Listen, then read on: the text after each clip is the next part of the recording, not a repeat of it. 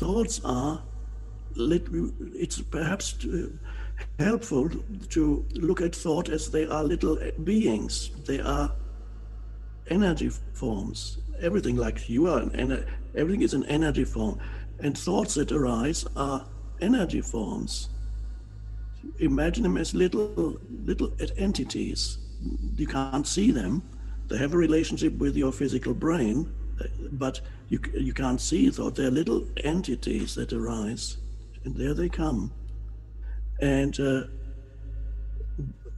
one entity can act like a virus acts on a physical level, which can invade the body and take over the body and live there as a parasite, can even kill the body.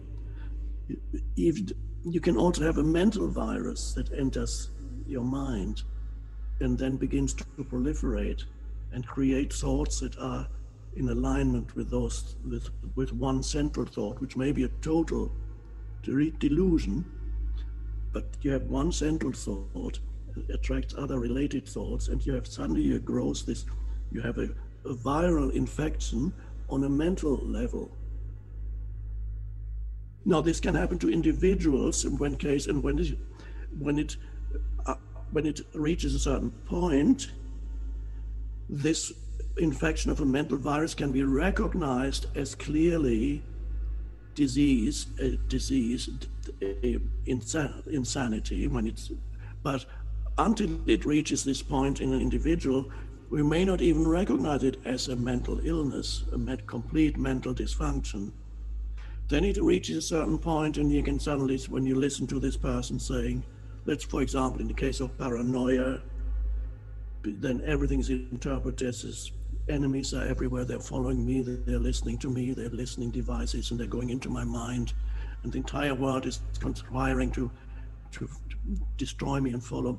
All these, it starts with one thought, and then, so your mind gets totally infected by thought. This can happen to an individual.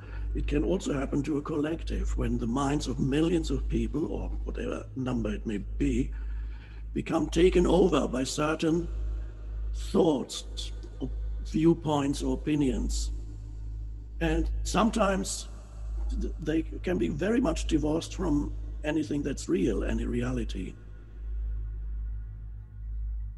But once you've been taken over, you don't even know it. You cannot, nobody can question it, because you are not really there anymore. Only the conditioned mind is there, pretending to be you.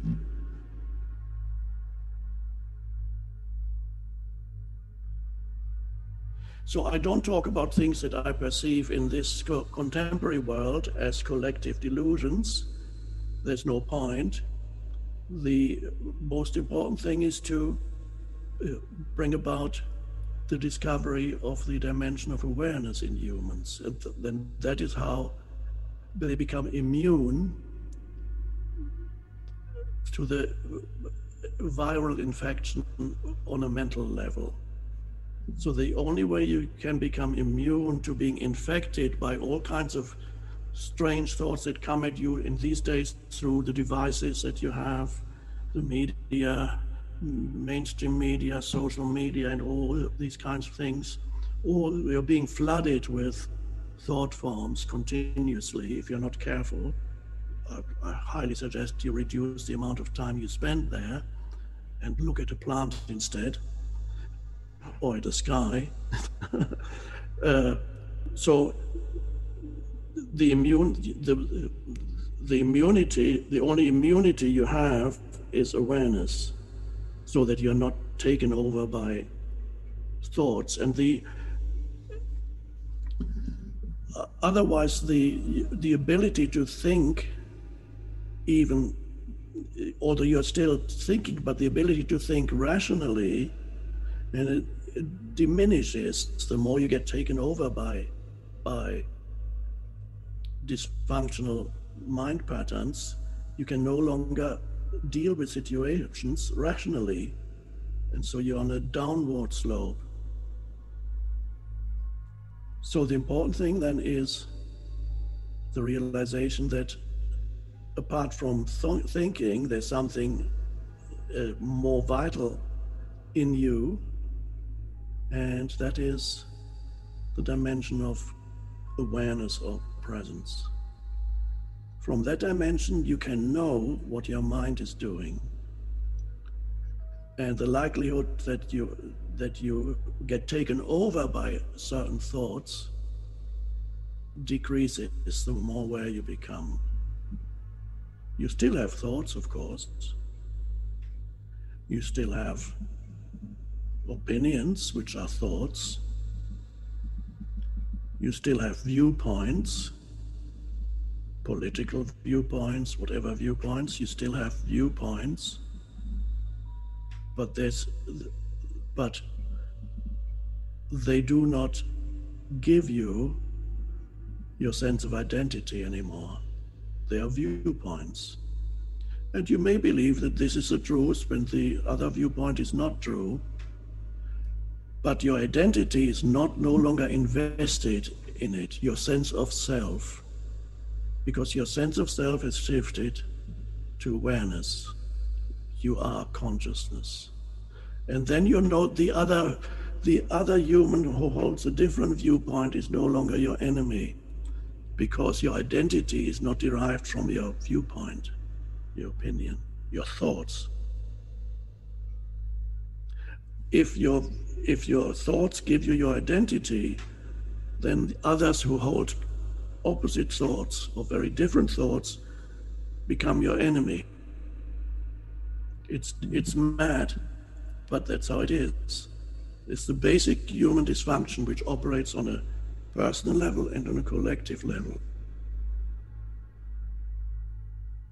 So the most vital thing that to learn, which again should be the very foundation of everything that is done at school, is that there is this dimension of consciousness in you that you can access and discover. You can access it by becoming alert and observing your thoughts. Becoming aware of frequent thoughts that frequently go through your mind, but most importantly, becoming aware of yourself as conscious presence rather than as a mind-made entity. So, very often the practice to be engaged in